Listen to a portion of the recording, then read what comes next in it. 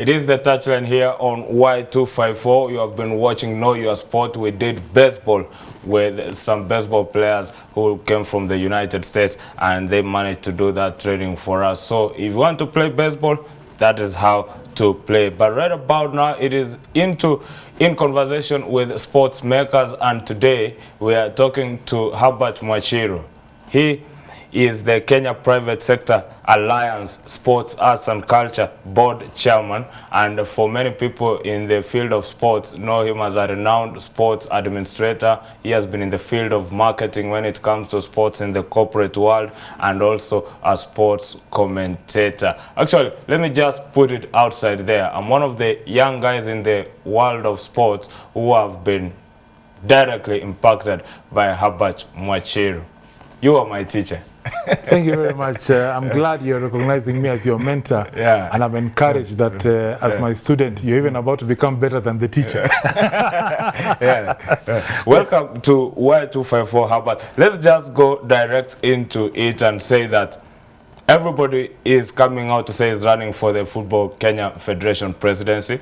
You are the last person to come and say. We might know even other people might be coming in, but you have also put your name out there that you are vying for the Football Kenya Federation presidency. The question that comes to mind is, why did you do it? Well, thanks, Soro.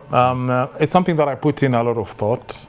I'm a sports person. I'm a football lover. I mean, I have been walking, talking football from the day I stepped on this earth. I played it in primary school, I played it in high school, and socially I also played it with a lot of Wazee teams. But I've been a football fan at heart and a sportsman. You know, I played rugby to a very high level, and I was at times torn between football and rugby. I haven't been suspended once from my team for missing a crucial rugby final because I went to watch a soccer game. That was how passionate I am for football. But coming closer to your question, why? I guess for me, I want to bring in a different style. I want to bring in a fix-it into the game at present. For me, it is a new dawn that we're looking at, okay? I'm trying to bring in a perfect balance, because football is just not only a game. It is an industry. It is an industry that is thriving in other parts of the world. I see no reason why it cannot thrive in Kenya if we have the right leadership, the right structure, and ensure that we are putting in sincere and workable governance models, as well as bringing in the element of sustainability into the game. Before we talk about your dream of Kenyan football and where you want to take it, the step that we want to take Kenyan football is, we first of all have to acknowledge and understand our problems in Kenya as a football nation.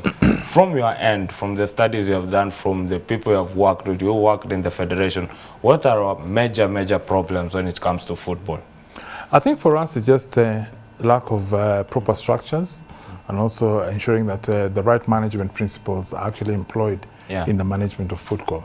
I think that is the key that we need to ensure that we have, so that we can build the capacities and the capabilities of people who want to manage football. We must make football attractive enough to draw in higher quality of personnel. Be it at management, be it at player level, but we are talking about ensuring structures, ensuring that management systems are working, workable management systems that allow for growth of the game. It is important that to put in the structures of management, and I said, to allow for growth of the game. Growth means development. In the situation where we are in when it comes to leadership and management, many people don't understand failure, don't want to come into terms with failure on something that has happened. You are in the office that is in today. You were elected into the office that was in today as the Deputy Chief Executive Officer. And after the failure of the Chan 2018, you left that office. Why did you do it? Was it you came into a situation where this office is not working with the way I want to work with it, so you decided to go out of that office? Okay. Let me put the record straight here. Because I was first the Chan CEO before I joined the federation. And that's one thing that I need to make clear. Those are two different things. So, but to be the person in charge of Chan, it was an appointment between the ministry and the federation together, putting me there. So that already put me into the mainstream of organizing football. Yes. Unsuccessfully or unfortunately, we did not host what would have been a great opportunity for Kenya. Yes. We missed that opportunity. If we go back in history, in 1996, we had been awarded the Africa Cup of Nations under the then Joe Bomino Kenya Football Federation. Yes. But again, we missed the bus. This time around in 2018, we gave it our best shot. We gave it our sincerely best shot to see that we could bring the second biggest African soccer mantelpiece to Kenya. Yes. But we missed it narrowly. But when I say narrowly, we missed it with the most important fact. We had everything. We had hospitals, we had hotels, we had perfect transport logistics systems in place. We had organizational capability like they've never seen before in any other tournament in Africa. Yes. But the one thing we lacked was the infrastructure to support that. And this is where the stadiums we had. We had earmarked 5 stadiums, 4 for venues, 1 for standby. We had Kasarani, we had Nyayo, we had Eldoret, Kipchoge Keino Stadium, and the Kinoru Stadium in Meru. Yes. All right. So at the first audit of this infrastructure, Kasarani was found to be at least acceptable by the inspection team. CAF. Yes, by inspection team of CAF. Yes. They needed to just ensure that it needed to be upgraded to what is now called a modern stadium. Remember, our Kasarani Stadium is a showpiece of 1987. That's when it came into being because of the 4th All Africa game. Since then, stadium development has continued. When they came to Nyayo Stadium, which is an even older stadium, that was built in and commissioned in 1983, they looked and said, there is need to improve the facilities within this stadium. A good stadium, a good setting, but it is missing some of the specifications to enable it to host an event of this magnitude. Yes. All right? Now, when we moved to Eldoret Kipchoge Keino Stadium, it was a matter of almost starting a new stadium from scratch. And the Ministry of Sports, together the Ministry of Public Works, came up with a new blueprint for that stadium. Same with Kinoru Stadium in Meru. Right? It was there, and it needed to be reworked, rebuilt to bring it up to a world-class stadium. So those are the 4 venues that we had initially targeted for the event. Machakos Stadium was a standby stadium in the event that one of the other 2 the outlying stadiums, either Kinoru or Eldoret, is not able to fit the bill. And that's why Machakos came into being. So for Machakos, it was also an opportunity for it to be upgraded. Unfortunately, because of various issues, we failed to make it to hold that statement. You know, it was a difficult year for us as a country. We were going through an election. And by the time resources were released from the government, they just came a bit too late. I'm happy to repeat election also. Yes, a repeat election. And also, you see, because of that, there were certain risk assessments that were done by CAF, and more importantly, the sponsors of the event. We had been given until September 2017 to prove that we can hold this stadium. We can control what is in our hands, but what is not in our hands, unfortunately, we could not control. By then, the momentum for a replacement country had come about. Morocco had worked quite hard to ensure that should Kenya lose the opportunity. And I said, Morocco did not push for Kenya to lose the opportunity. No. They waited, should Kenya be unable to lose the opportunity, then as a standby country, they would take the event because they already had the facilities in place. I still believe that it is important for us, and under my tenure as the FKF president, I will look to ensure that we do host an event in this country. What was the biggest lesson you learned from that? The biggest lesson I learned from that? It is important for the government and the federation to work together to ensure that we have infrastructure. It is important to ensure that we have infrastructure. Infrastructure is everything. Once you have infrastructure, you are 70% to the tournament. And now you are thrust into the Football Kenya Federation as the deputy CEO. Then what happened? Well, I was only there for about 6 months. And for me, it was a new field. And I think after 6 months, we parted ways. I was not there enough. Their styles of their management and my styles of management probably did not agree. And we agreed to part ways. As simple as that. No hard feelings. Now you parted ways and you have brought it specifically style of management. And that is where I want to focus on, because we're in the new world, we're in the modern world. What is that new style of management in your own way that can make delegates and everybody outside there to trust their vote and say, that is our man for the Football Kenya presidency next? Okay. I have different ideas on how we need to manage football in this country. First and foremost, the acknowledgement that football is just no longer a game. It is a business. It is an industry. It is a means of earning. It is a means of revenue generation. And to that, you must put certain plans in place. For me, governance is important. Because governance is how you drive the organization and you show leadership from the top right. And if you can stretch that governance right from the top down to from the national office to the counties to the sub branches, that is key. And that also permeates to the clubs. All right? And then sustainability. It is important to ensure that we have money. We have money to run the industry. We have money generated from the industry. We are attractive as football to be able to grow, to be able to bring in funds. All right? Right now there's a lot of money coming in, but 1 shilling has got to generate another shilling. That is what I'm talking about in terms of sustainability. And it should work not only for the federation, but it should also work for the clubs. Because when you even look at the clubs, there's the issue of club licensing. Club licensing is to ensure that clubs are able to meet and sustain themselves from 1st January to 31st December in a calendar year. So that you ensure that you can meet your transport costs, you can meet your salary costs, and other administrative and logistic costs that pertain to running a football club.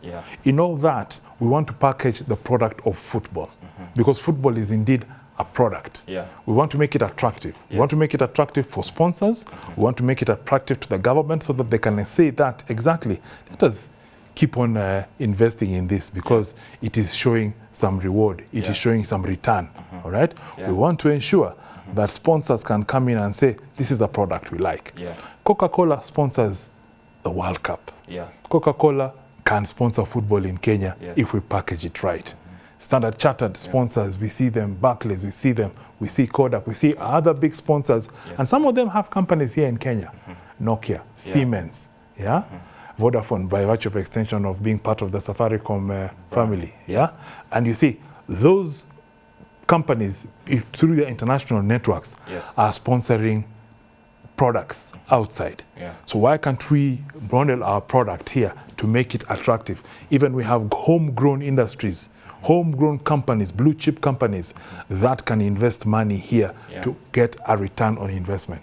It is all about packaging. It is all about having the right marketing strategy, all right, so that we can do a good sales pitch to bring in the funds. I was doing my research and I narrowed it down to at least 7 key factors that you can talk about in this football development and everything that you have to have there.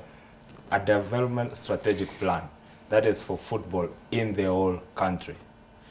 Give me an idea of how yours will be. For me, Osoro, football starts from the grassroots. Because that is where the genesis of it all, right? We look at the simple administrative unit in this country, that is the ward. Within the ward, there are schools. Football is played there. And you build it up from there. You build it up from the schooling structure in the ward. You move then to the constituency, which is the sub-county, and then you move it to the county. So we are building football from the mass participation, taking it up forward. If you go to the mashinani, ukienda mashinani, utasikia vile watu wanapenda mpira. Kila mtu anataka kujihusu na mpira. And football nowadays is all about men's football and women's football. Not only are those what you classify as the footballers, we are talking about referees, we are talking about coaches, we are talking about trainers. And these are all there right from the grassroots as we move forward. So this is where we need to heavily invest in those units, because schools have got football fields. So once you have a football field, what else do you need? So we need to see how we can bring in those synergies together. And then we move in, because you have a lot of self-supporting clubs now that evolve out there at the grassroots. And they want to play, they want to be competitive, they want to be attractive. They want to have a quality-based system in the way they do their football. So for us, Me and my team, it is starting it from the bottom and taking it up. A bottom-up approach in terms of football development.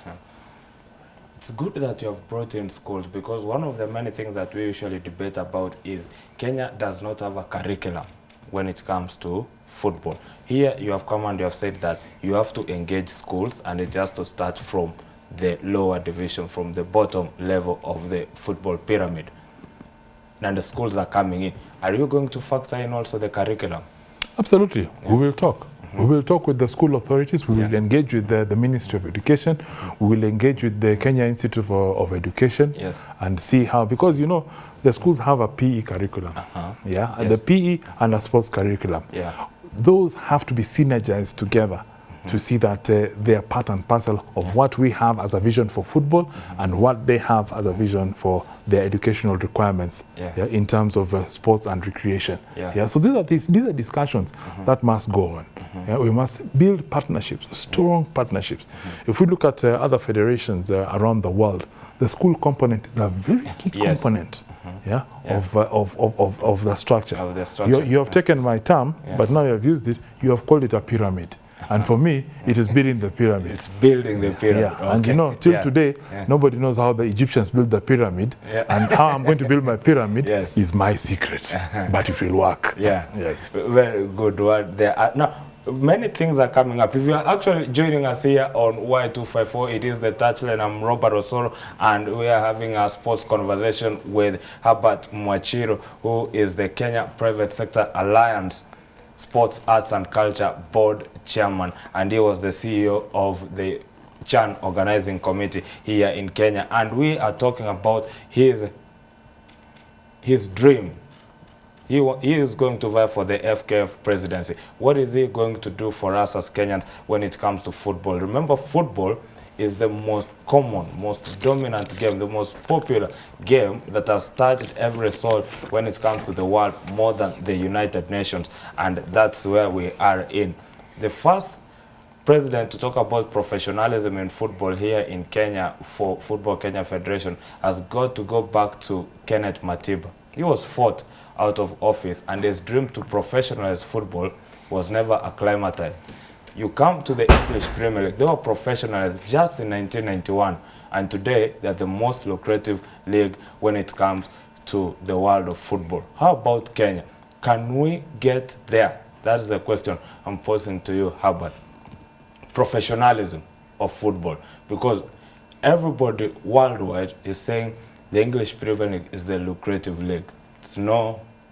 It is the fact, it is the truth. They have professionalized that league, and you can see the money that is coming in to that league.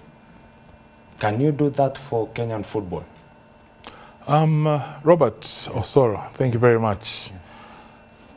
It's all about structures. By the time the English FA were professionalizing their football, they had put in the structures right. Right? The game at the grassroots will always be amateur. Let us take that for a fact. All right? So we must first get the amateur structures right, right at the bottom. And as we move up, the structures become even more solid. So that by the time now we start introducing the professional structure, and the professional structure more so will be starting probably in our situation here in Kenya, on a very serious note, about from the third tier to second tier to first tier. All right? But the base has got to be structured properly. It is amateur, and it has to work so that players can have an ambition to move from an amateur base to a professional base. And that is how you gradually manage the whole professionalism of the football. Professionalism is also not just injecting money. It is about building structures that work. All right, so we could professionally manage our amateur leagues at the bottom. We could professionally manage our systems at the bottom. And that is what we're talking about, the strength in management of the game, right from the bottom to the top. All right, so professionalism is just more than that. Cash injection, earning money from the game is part of professionalism. Not the only part of professionalism, is part of professionalism. So we're talking about an attitude, we're talking about a concept, we're talking about a mindset of having structures in place to ensure that right from the bottom, which is where we want to build, moving up is ensure that it is in a professional manner. Mindset is a word that you've brought in there, and it just thrown me into another level of thinking. We as a people, as Kenyans, don't even trust the office that we have of the Football Kenya Federation. Not this one, even the one under Sam Nyamweru, we never trusted it, but you are coming in as the new face. You want to vie for it. Can you change the Kenyan mindset to trust in football for growth? The business of football is football. Yeah. And I want Kenyans to trust me, especially the Kenyan football fraternity, to trust me with my plans that I have for them. For me, the most important stakeholder is the footballer.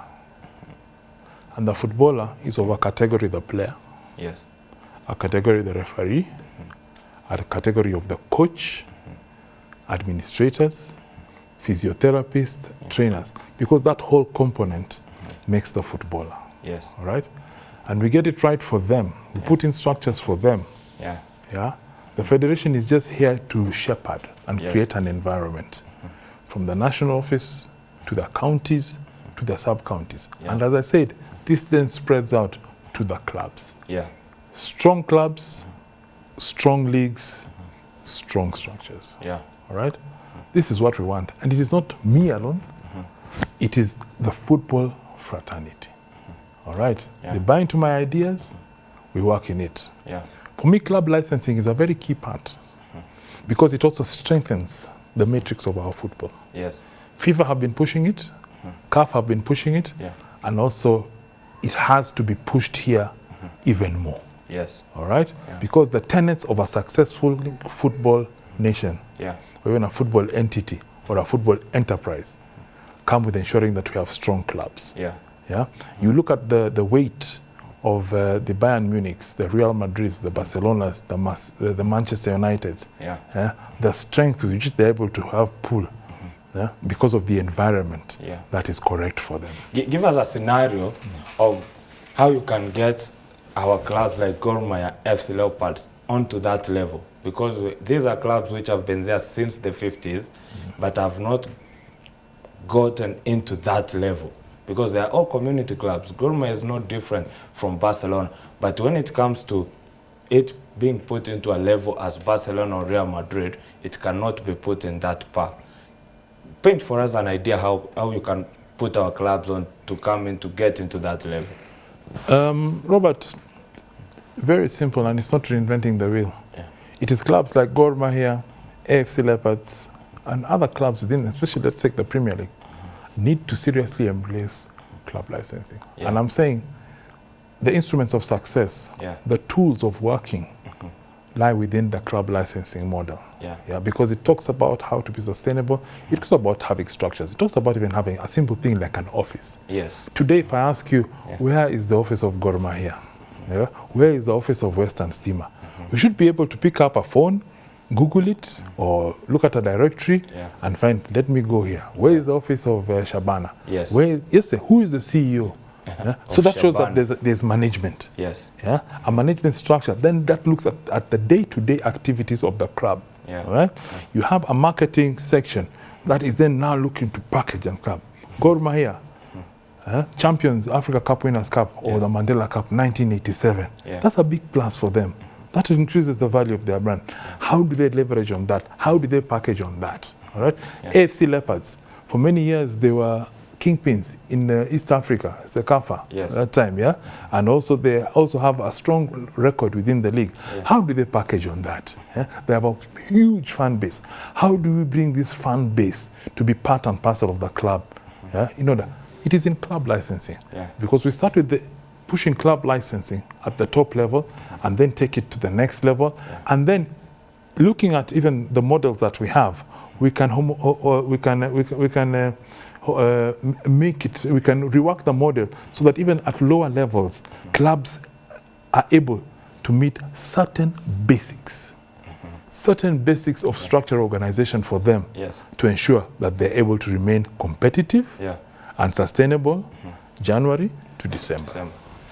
We are still talking about football with Herbert Mwachiro here in the studio. I'm Robert Osoro. We still have him for another 20 minutes. Let's take a short commercial break with what Mercy Soni did on Kenya's most historical sports moments. When we come back, we'll be talking more about what Herbert Mwachiro can do for Kenyan football.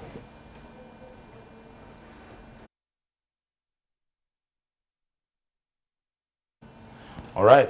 Let's go on talking about what is happening here in the world of football, and we are still hanging out with Herbert Mwachiro, who is the Kenya Private Sector Alliance Sports, Arts and Culture Board Chairman, and who has declared that he is also vying for the Football Kenya Federation presidency. And Herbert, as we go on to talk about this, and there are many things that everybody talk about, now there's the link between football and the economy.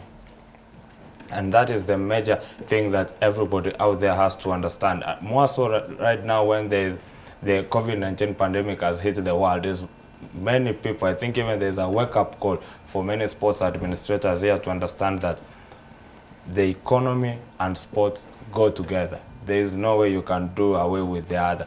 How can you make our football have a significant impact on Kenya's economy? I think one of the things that we need to realize that football is no longer just a game. Yes. It is an industry. And each and every entity within the football has to start looking at it as a business, a business that works. We need to look at how revenue generation will come about. You know, on one hand, we're asking the government to support football. Yes. On the other hand, are we generating activities that ensure that we're able to bring in income, that it can be taxable, and then that can then go back to the government, so that when we ask them for money again, they're able to say, yes, in the year 2020 or the year 2021, football generated a certain amount of growth, funding, money into the GDP of this country. All right? Yes. From there, it is then easy to then budget and say, okay, let us allocate them a bit more so that they can continue that. Yes. Yeah? It also means that the public perception has to be supportive of initiatives. We must fill stadiums. We must go to watch football. When we have filled stadiums, we are creating mini businesses or small businesses that can then generate revenue, that can then provide sales of items. Look at merchandising. If Gor Mahia or AFC Leopards or even Harambee Stars, for instance, had a proper merchandising plan, signing with one of the big companies or an upcoming brand, or even a local brand. You know, like now we are talking about buy Kenya, build Kenya, build Kenya. So I think for me that also opens up an avenue for manufacturing. Yeah, we don't need to import. Sports manufacturers can now set up base in Kenya and start providing goods, which means we are now looking at increasing employment associated with the sporting sector. There are companies that make footballs in Kenya. Let them even have more preferential treatment. Let us say, no, these guys should be the ones supplying footballs in Kenya. As long as they meet the internationally accepted standard, we no longer stop importing balls and let the companies that are doing football even make more football. Produce them here. All right. Then they are bought here. All right. We're talking about uniforms, football uniforms. Those are cottage industries that could come about in the various countries, in the various counties. Teams don't have to wait to buy uniforms from outside. We don't need to go to China. We may need to source the raw material so that now the industries here can prepare the uniforms. We have designers in this country. Because when I look at the way things are, we have a lot of talent. So we then rope in other industries coming into the sport. All right? Give us designs for our clubs. Gor Mahia can sit down with a designer and say, this is our color. Our color is green. But we want a shirt that matches what as a club we stand for. AFC can do the same. Tusker can do the same. Other clubs can do the same. So we are basically using the local economy, local ideas to stimulate and improve open spaces for the football industry. And another one that I have, and I've been passionately looking at it, has been the law of the land when it comes to sports, and football is it. I think organization football in Kenya was given an office back in 1946, and then we started having the football management coming in the 60s and everything.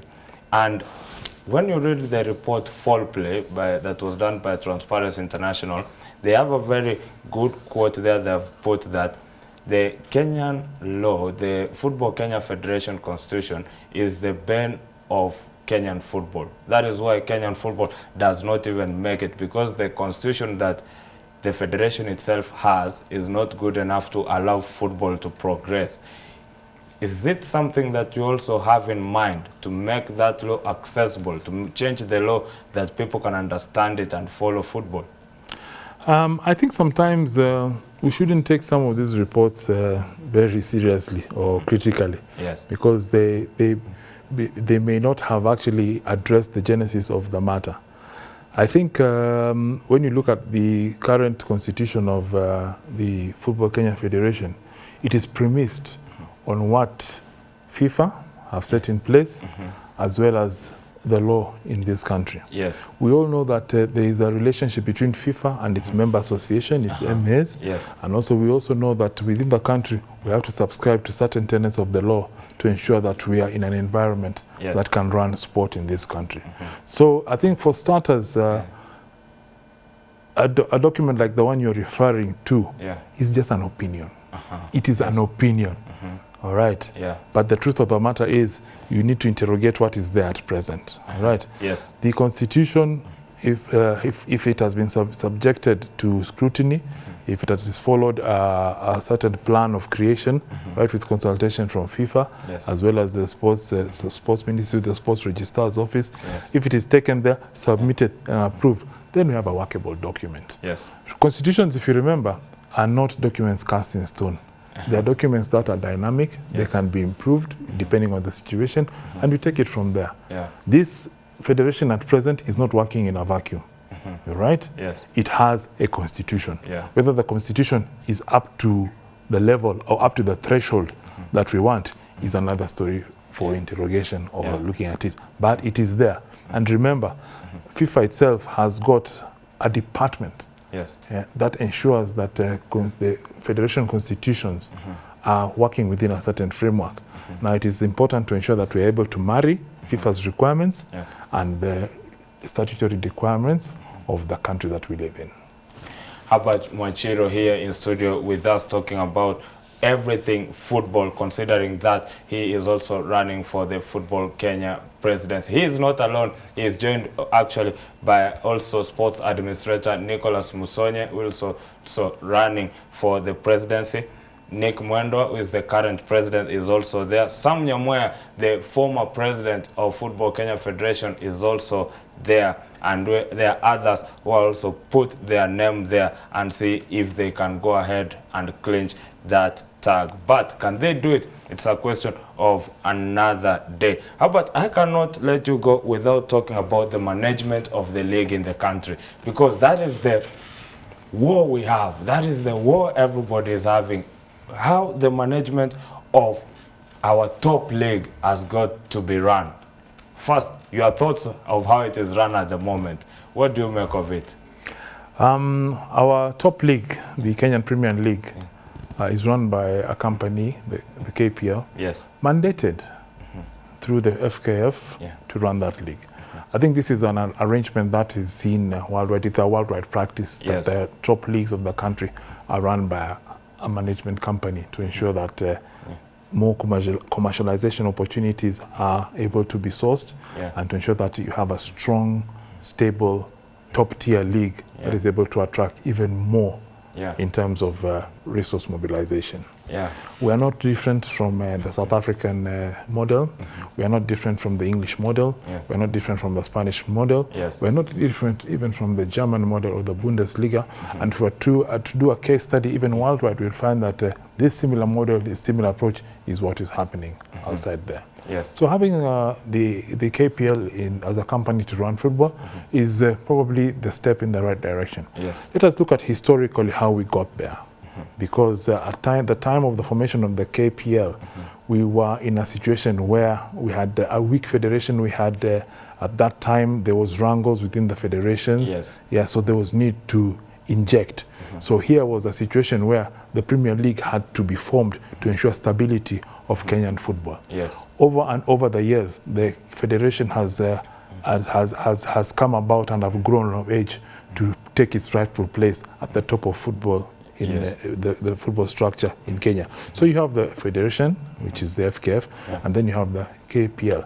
And mind you, the two have an agreement, an arrangement. There's a memorandum of understanding that allows for the workings of KPL in conjunction with working with the FKF. So there is no, let me say, there is no argument about how the two should work. It is the implementation of that agreement probably that is where the issue is. It is how one side views how the MOU should work and the other side views how the MOU should work. For me, this is a matter of sitting down as gentlemen of football of the world, gentlemen of football in Kenya, sitting down and thrashing out different ideas. All right. At the end of the day, we all want the same result. We want a strong league because the winner of the KPL is the one who represents the country through the FKF in competitions. The CAF Champions League. FKF cannot submit a name if there's no competition coming through organized by KPL, all right? And vice versa. So here it is a matter of talking, and if there are places that need streamlining, the synergies of the two can come together. For me, it's a matter of seeing and also evaluating from the time the KPL came into being. Let us do a situation analysis. Let us do an audit or a gap audit to see where we have been strong, where we have succeeded, and most importantly, where we need to improve. A big one there from Herbert Mwachiro on everything that can be done to help the management and the running of the league here in the country. And then I'm doing my research, and then someone says that we need to go back into the way we used to have the Olympic youth centers that used to generate some of the best players. I know you have touched it on grassroots and how it can be grown. When the Olympic youth centers were, or when Kenyan football was at its highest, when people were talking of the Peter Dowers of the world, I was not born then. Most of the actual viewers of this channel at the moment were not born then. They don't even know what the Olympic youth centers were. But when you read, when you do the research all around, you realize that football back in the 70s, football in the 80s was a big, big thing, that fans could go into the stadium. Products were there to sponsor the league and everything. Can we get there? Is a question that usually comes to mind. Yes, yes, Robert. One of my 6 pillars of engagement, and the most important pillar, is youth. All right? And that comes through development. All right? And when we take cognizance of the fact that we are able to work within the administrative structure of this country, when I talk about wards, when I talk about sub-counties, I am now taking the genesis of football development right to the smallest unit possible in this country to start development from there. We are looking at increasing quality right from the bottom, tapping the talent at the smallest level, working together with schools, working together with academies, because we have seen that also there has been a mushrooming of football academies. Let us also ensure that the academies are actually following the guidelines prepared. Not just Kenyan guidelines, but also global guidelines. Because football has exploded. Football is #1 in the world, all right? Everybody wants to be part of it. So let us ensure that it is well. As long as we're able to manage the talent first, and then probably we as a federation would have talent identification mechanisms around the 47 counties. All right. The Olympic Youth Centers were in various places. Now we're expanding that. So we're not taking away from that. Let them be in all the counties. Now we're taking it even more closer to the people. When I say it's a grassroots-based approach, I want youngsters. A young guy like Omala who plays for Western Steamer, he came from somewhere. I want more Malas down there. I want Hassan who was in Bandari, where he came from. All right? Down in Mombasa, I want more of them from there to come. As we have been talking about, you have brought about your pillars and everything, and you have talked about the youth and everything. The former players, who are also stakeholders in this game, where do you place them? I know you play with them in the Wazee League. You play with most of them in the Wazee League. Are they supporting you? Have you got someone supporting you at the moment? And where do you put them in this whole structure of football?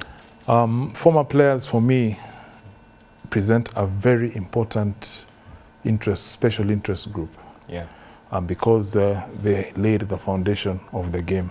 Yes. Right. If we go back into the 70s, we go back to the 80s, and then moving over to the 90s, and even to the 2000s, and also now into the 2010 moving forward, we have generated a lot of former players. These people are what have kept the game going. These people have been the fulcrum of football in this Kenya. Where they have a place with me? Yes, they have a very important place with me, especially as a special interest group, because there are a lot of lessons we can pick. There's a lot of expertise we can pick from them. People like Austin Odwor, you can know that from his family lineage, that is a footballing family. Those are people we have to talk to. We have to talk to the Kwarulas who are out there. We have to talk to the Masikas who are out there.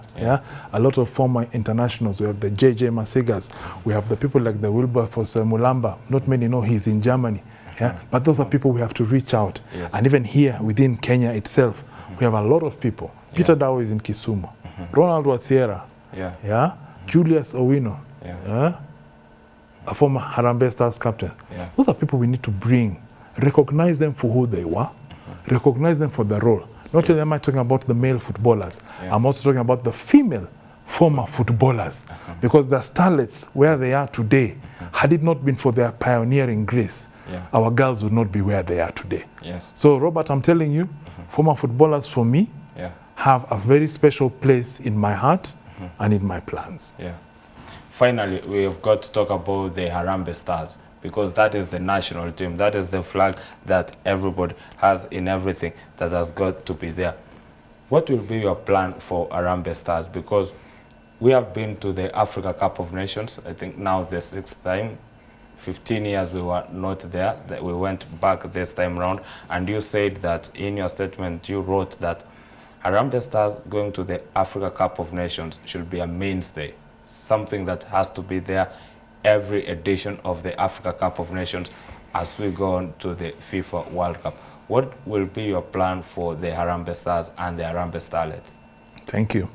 I don't want to take Harambee Stars in isolation. I want to take them as a whole package as the national teams. You know, right now there are competitions at under 17.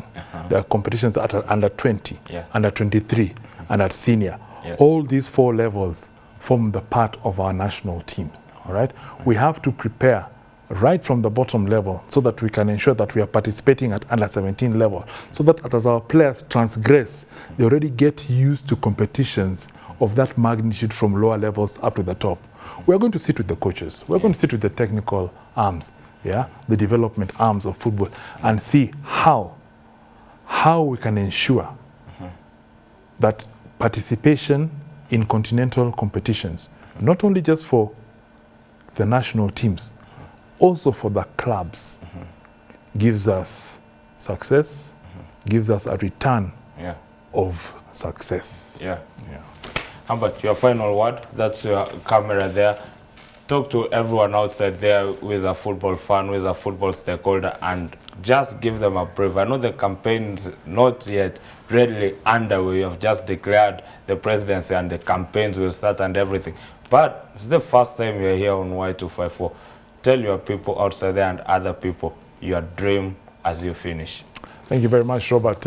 For me, telling the 47 million Kenyans in here is that we want to make football our #1 sport. We want to be at the top of the apex, because being at the top, if football is successful, the rest of sports in this country is successful. For too long, Kenya has been participants and viewers of the main football action. We now want to be competitors at the highest level. We want to build our football right from the bottom. We want to ensure that we have everybody with us. We're not leaving people out. We want to ensure that our competitions are of the highest level from all levels, whether it's the Women Premier League or the Kenyan Premier League or even the schools and youth competitions. All right? We want to ensure that we have clear-cut development structures, all right, for our football. Women's football is important for us. I can tell you that, because it has taken great strides. FIFA have even recognized us as a project that is successful. So we're taking that. Yeah? And finally, I want to ensure that we're going to make sure that governance is key, and most important, fiscal sustainability, which means we are going to manage resources properly and transparently. Thanks a lot, Herbert, for coming to Y254, the touchline here, to talk about your dream and what you can do for Football Kenya. And as you go on for the Football Kenya presidency, we wish you success from the touchline here. We have been speaking to Herbert Mwachiro, who is the Kenya Private Sector Alliance Sports, Arts and Culture Board Chairman. He has been in the world of football for a very long time, understands the ins and outs of football here in the country and also globally.